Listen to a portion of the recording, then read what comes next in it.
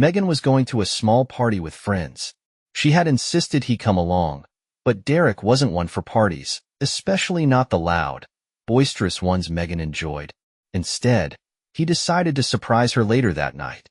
The crisp autumn air filled Derek's truck as he drove toward the property where Megan's friend, Cassidy, was hosting the gathering. It was a large, wooded area on the outskirts of town, complete with an open clearing where bonfires were often held. Derek felt a little guilty for not RSVPing, but he figured Megan would be happy to see him. A quick hello, a drink or two, and then they could head home together. As he turned onto the gravel driveway, he noticed several cars parked haphazardly along the property. The faint sound of laughter and music carried through the trees, along with the distinct crackling of a fire. But as he approached the clearing, something felt off.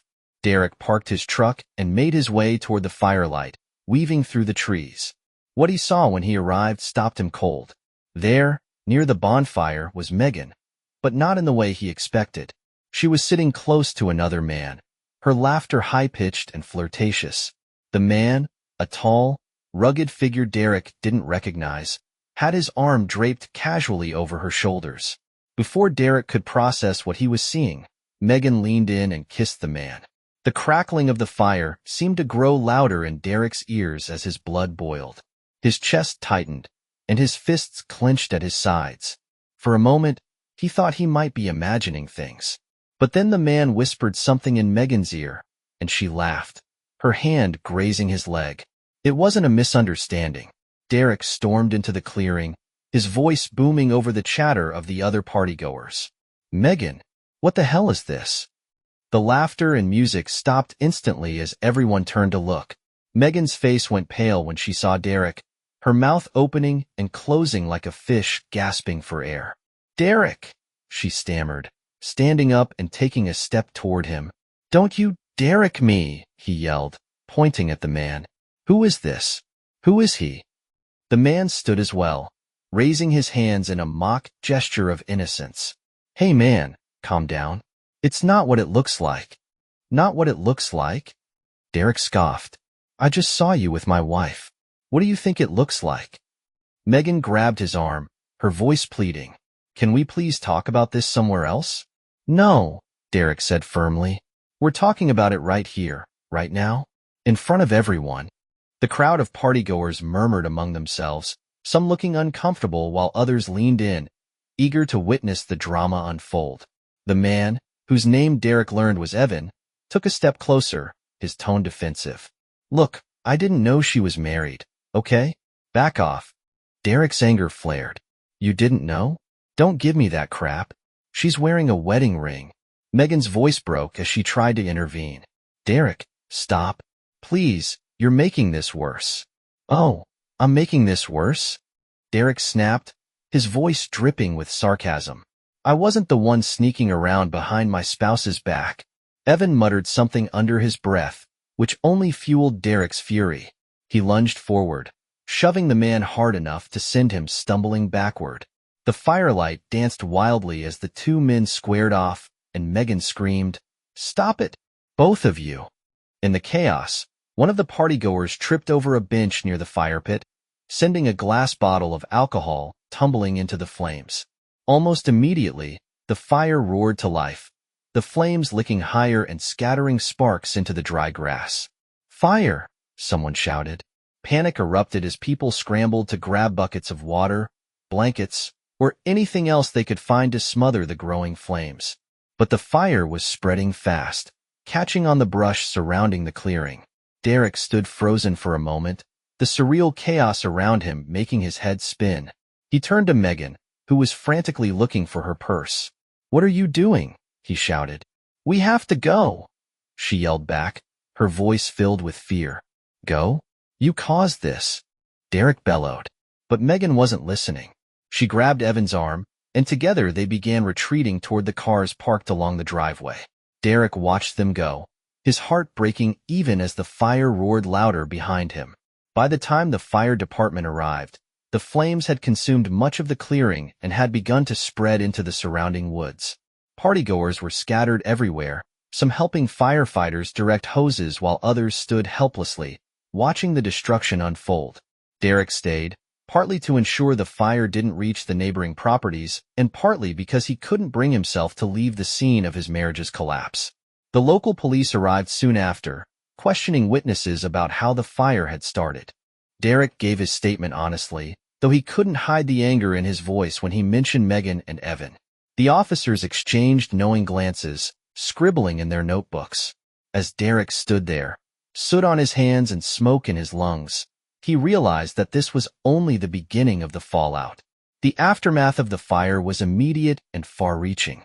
The party, which had started as a casual gathering, had turned into a disaster that captured the attention of the entire town. As the smoke cleared, the fallout from both the literal and metaphorical flames began to take shape. Megan and Evan didn't stay to help when the fire erupted. They sped off in Evan's car, leaving behind a trail of raised eyebrows and whispered conversations. Their abrupt departure didn't go unnoticed, and soon, their names were being mentioned in hushed tones among the other partygoers. Derek, still standing in the smoky clearing, clenched his fists as he watched the taillights disappear into the distance.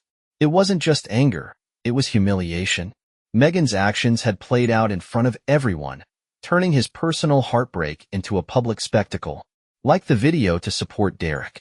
By morning, the fire had been contained, but not before it had burned a significant portion of the property and surrounding woods. The charred remains of the party's furniture and decorations were scattered across the clearing, a grim reminder of the chaos that had unfolded. Local news crews arrived to cover the story, their cameras capturing the devastation. Reporters interviewed witnesses, and the story quickly gained traction due to the bizarre circumstances surrounding the fire. "I heard they were arguing about an affair," one partygoer told the news station, their face blurred on the broadcast. "Things got heated, and then the fire started." Another added, "It was crazy. People were yelling, someone knocked over a bottle, and the next thing we knew, everything was on fire." By the end of the day, the story had spread throughout the town, and Derek found himself at the center of the attention. The scandalous details of the fire became the talk of the town. The local news outlets framed the story as both a tragic accident and a sordid tale of infidelity. "Bonfire Betrayal, Affair Sparks Chaos at Local Party," one headline read. "From Flames to Scandal, Lovers Quarrel Leads to Fire," read another. Derek's phone was inundated with calls and messages from friends, neighbors, and even distant acquaintances, all wanting to know what had happened. He ignored most of them, too drained to explain himself. 2 days after the fire, Megan showed up at Derek's apartment, looking disheveled and pale. "Nathan, please," she begged when he opened the door. "Let me explain."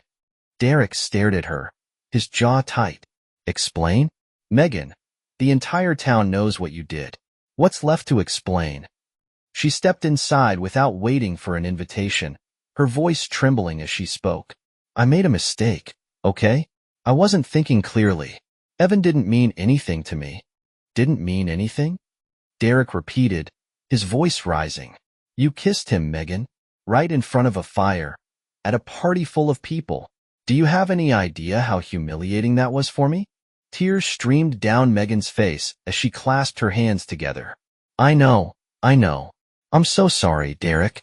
I don't even know why I did it. I felt like we were drifting apart, and Derek cut her off. Drifting apart? So your solution was to cheat?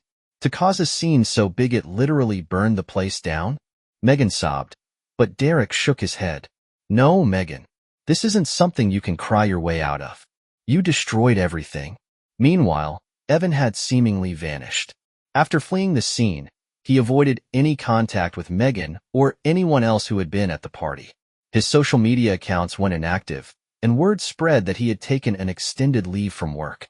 Derek couldn't help but feel a bitter sense of satisfaction at Evan's apparent cowardice. The man had wreaked havoc on Derek's life, and now he was running from the consequences. The fire wasn't just a personal disaster. It became a legal issue as well. The property owner, Cassidy, filed a report with the fire department, and an investigation was launched into the cause of the blaze. Witnesses confirmed that the fire had started near the bonfire after alcohol had been spilled, but the argument between Derek, Megan, and Evan had drawn the most attention. One investigator pulled Derek aside during a visit to the site.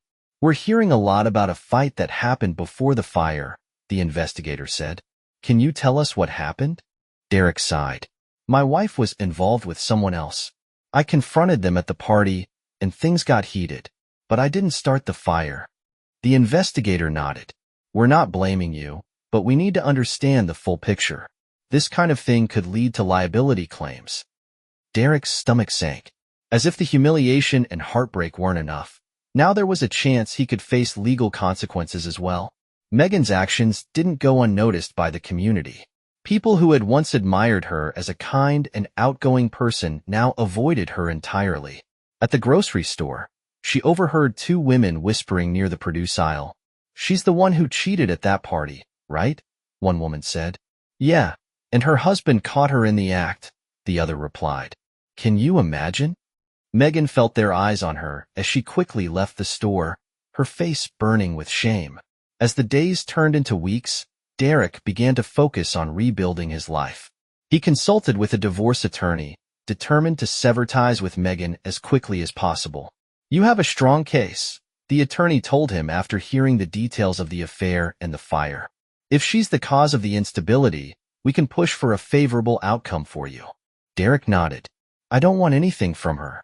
I just want this to be over. The attorney gave him a reassuring smile. Then let's make it happen. Megan tried repeatedly to contact Derek, leaving voicemails and sending long text messages begging for another chance. But Derek didn't respond. He couldn't bring himself to forgive her, not after the public humiliation and the emotional devastation she had caused. Megan's life, once so full of social events and connections, grew quieter with every passing day. The fire may have been extinguished, but its aftermath continued to burn through Derek and Megan's lives. The town's obsession with the scandal only grew, fueled by gossip, news reports, and the dramatic details surrounding Megan's betrayal. The news coverage intensifies. Local news stations couldn't get enough of the story. What began as a report on a party fire quickly transformed into a public dissection of Derek and Megan's marriage, complete with dramatic headlines. Affair at the bonfire. Betrayal sparks chaos. Scandal in flames. Lover's quarrel sets town ablaze. Caught in the act. Husband exposes wife at fire party. Reporters interviewed anyone willing to talk, and many partygoers were happy to share their perspective for their 15 seconds of fame. I saw them arguing, one witness told a reporter.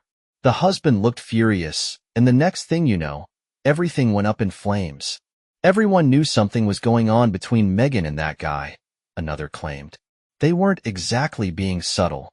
Derek avoided the news entirely, refusing to watch or read any of the coverage. But he couldn't avoid the whispers and sideways glances every time he went out in public. Megan's life became a waking nightmare. She was forced to take a leave of absence from her job at a real estate agency after several clients canceled their appointments, citing her lack of professionalism as the reason. Her social circle evaporated almost overnight. Friends who had once been a constant presence in her life stopped returning her calls. Even Cassidy, the party's host and one of Megan's closest confidants, distanced herself. Look, Megan, Cassidy said during a strained phone call. I can't be associated with this mess anymore. The fire, the scandal, it's too much. Megan hung up, her hands shaking. The weight of her isolation was suffocating. While Megan's life unraveled, Derek threw himself into rebuilding his. He focused on his construction business, taking on extra projects to keep his mind occupied. The physical labor was cathartic, allowing him to channel his anger and sadness into something productive. He also began spending more time with his close friends, including his childhood friend Mark, who had been one of the few people to stand by him throughout the ordeal. You've got to keep moving forward, man, Mark told him over beers one evening. Don't let her drag you down. I'm trying, Derek said, staring at his drink. It's just hard to let go of the anger. She didn't just betray me. She humiliated me in front of everyone. And now everyone sees her for who she really is, Mark pointed out. You came out of this with your dignity. She didn't. Derek nodded, but the pain lingered. The fire investigation concluded that negligence had played a role in the blaze. While Derek was cleared of any direct responsibility, the property owner filed a civil lawsuit against Megan and Evan, holding them accountable for the damages. Megan was devastated. With her job in jeopardy and her finances stretched thin, she had no way of paying the substantial damages the lawsuit demanded. Evan, who had been radio silent since the night of the fire, refused to take any responsibility. Megan's attempts to contact him were met with curt replies or outright silence. One day, after weeks of trying, she finally got him on the phone. "You need to help me with this lawsuit," she pleaded. "You were just as involved as I was." "I don't owe you anything," Evan said coldly. "I'm not getting dragged into this any more than I already have." He hung up, leaving Megan to face the consequences alone. In her desperation, Megan tried once again to reach out to Derek. She showed up unannounced at his office, looking disheveled and desperate. "Derek," she said, standing in the doorway of his office. "Please, can we talk?" Derek looked up from his desk, his expression unreadable. "What are you doing here?" "I need your help," she said, her voice trembling. "The lawsuit, my job, everything's falling apart.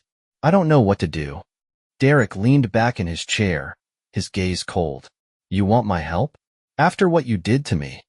"I know I don't deserve it," Megan said, tears streaming down her face. "But I'm begging you, Derek. I'm drowning." Derek shook his head. "You made your choices, Megan, and now you're facing the consequences. I'm not going to bail you out." She sobbed, but Derek didn't waver. "You need to leave," he said firmly. Megan hesitated, then turned and walked out of the office, her shoulders slumped in defeat. The town's judgment of Megan reached new heights after the lawsuit became public knowledge. Everywhere she went, she felt the weight of people's stares and whispers. At the grocery store, an older woman muttered loudly enough for Megan to hear. "That's her. The one who cheated on her husband and caused that fire." Megan dropped her basket and left the store, her face burning with shame. Derek's divorce from Megan was finalized quickly, thanks to the overwhelming evidence of her infidelity. He walked away with most of their shared assets, including their home. Though the pain of her betrayal still lingered, Derek began to feel a sense of closure. His focus on his work and his friendships helped him move forward, and he started to imagine a future where Megan's shadow no longer loomed over his life. As weeks turned into months, the fire and its fallout continued to dominate conversations in the town. For Derek, it was a slow road to healing, punctuated by reminders of the betrayal that had upended his life. For Megan, every day brought new challenges, deeper regret, and an unshakable sense of despair. The civil lawsuit brought by Cassidy, the property owner, loomed heavily over Megan.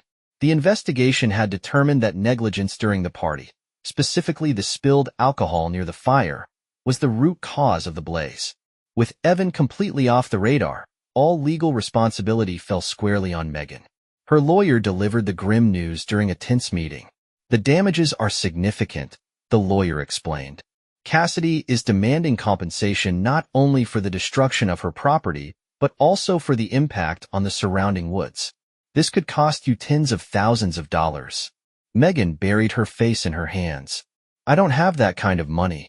I've already lost my job, and I can barely afford my rent." The lawyer sighed. "You could negotiate a settlement, but it's still going to be a heavy financial burden. Without any other sources of income, I don't see how you'll manage this." Megan felt the walls closing in around her. Derek, meanwhile, was focusing on building a new life. Though the scandal had thrust him into the spotlight, he had largely avoided engaging with the town's gossip. His divorce from Megan had been finalized, and with the house now legally his, he began renovating it as a way to turn the page. The once shared spaces of their home became his alone. He painted over walls Megan had chosen, replaced furniture they had picked out together, and made the house entirely his own. One day, as he was sanding down an old table in the garage, Mark stopped by with a six-pack of beer. "You look like a new man," Mark said, handing him a bottle. Derek shrugged. "It's a work in progress, but it feels good to make things my own." Mark grinned. "And no more drama, right?" "None," Derek said with a small smile. "Just peace and quiet." For Megan, peace and quiet were impossible. The lawsuit, her financial struggles, and the relentless judgment of the community created a storm she couldn't escape. One evening, she ventured out to a small cafe, hoping to get some work done on her laptop. As she waited for her coffee, She overheard a conversation at a nearby table. "She's the one who caused the fire," a man said, his voice loud enough for everyone to hear. "I heard she cheated on her husband in front of everyone," a woman replied. Megan felt their eyes on her as she grabbed her coffee and left, her appetite gone.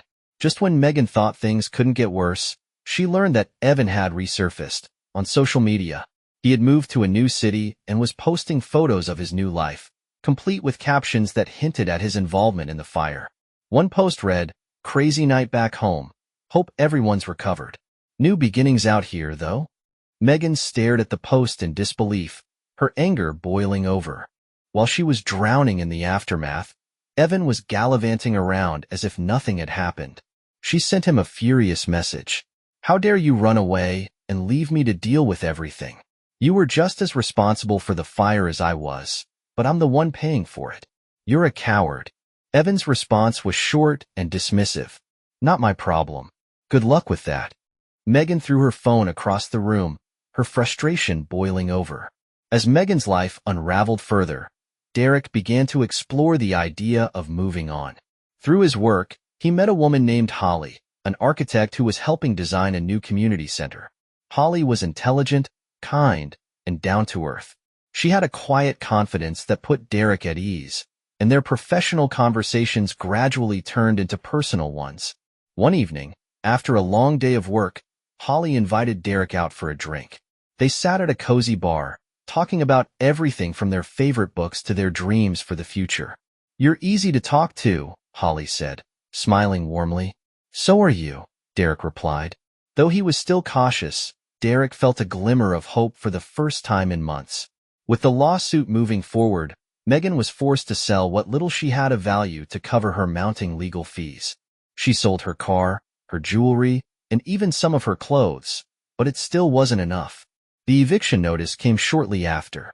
Megan packed her belongings into a few boxes and moved into a small room at a women's shelter. She spent her nights lying awake, staring at the ceiling and replaying the events of the fire in her mind. Every choice she had made, every lie she had told, every betrayal, it all led her here. The weight of her regret was unbearable. Megan's life had become a living nightmare. Each day brought new reminders of her downfall. The judgmental glances, the legal battles, the cold indifference of people she had once called friends. Meanwhile, Derek was finally finding his footing, creating a new chapter that Megan could only watch from the shadows. The day of the civil trial arrived, and Megan sat at the defendant's table, her nerves frayed. Cassidy, the property owner, was suing for damages that exceeded anything Megan could ever hope to pay. Derek had been subpoenaed as a witness. Though he wasn't involved in the lawsuit directly, his account of the events leading up to the fire was critical to Cassidy's case. On the stand, Derek recounted what had happened that night. The argument, the spilled alcohol, the chaos that followed. He kept his composure, but his voice carried the weight of his heartbreak. When Megan's lawyer cross-examined him, they tried to shift some of the blame onto Evan, suggesting he had been just as responsible. "Do you believe my client was solely responsible for the fire?" the lawyer asked. Derek's jaw tightened. "I believe both Megan and Evan made choices that led to that night. But Megan invited Evan into her life. She allowed this to happen." Megan's head dropped, unable to meet Derek's gaze. The verdict. The court ruled in Cassidy's favor, ordering Megan to pay damages for the fire. The amount was staggering, and Megan knew she had no way to cover it. After the trial, Cassidy approached Megan in the hallway. "I hope this teaches you a lesson," Cassidy said coldly. "Actions have consequences." Megan wanted to respond, but she knew there was nothing she could say to defend herself. Months after the fire, the once vivid flames had been extinguished, but the destruction they left behind continued to define both Derek and Megan's lives. The paths they had chosen were now as different as night and day, shaped by the consequences of betrayal, shame, and resilience. Megan's life had become a series of failures and losses. After the lawsuit drained her of what little she had left, her debt mounted quickly. The shelter where she was staying offered temporary relief, but Megan struggled to find work. No one wanted to hire the woman whose name was tied to scandal and destruction. One day, while searching for job postings at the library, Megan overheard two women whispering at a nearby table. "Is that Megan Hamilton?" one of them asked. "Yeah," the other replied. "She's the one who cheated on her husband and caused that fire." "Can you imagine?" Megan kept her head down, pretending not to hear, but their words felt like daggers. Her attempts to reconnect with old friends had all failed. Even her family had distanced themselves, unwilling to deal with the public scrutiny that came with being associated with her. The shelter staff informed Megan one morning that her time there was up. "I'm sorry, Megan," the caseworker said gently, "but we need to make room for others. We've given you the maximum allowable stay." Megan had no choice but to leave. With no money, no friends, and no family willing to take her in, she ended up on the streets. As she walked through the cold, empty streets of the town she had once called home, Megan felt the full weight of her choices. She had burned everything to the ground, literally and figuratively, and now she was left with nothing but regret. Thank you for listening to the story to the end. Please like, share your thoughts, and subscribe to the channel.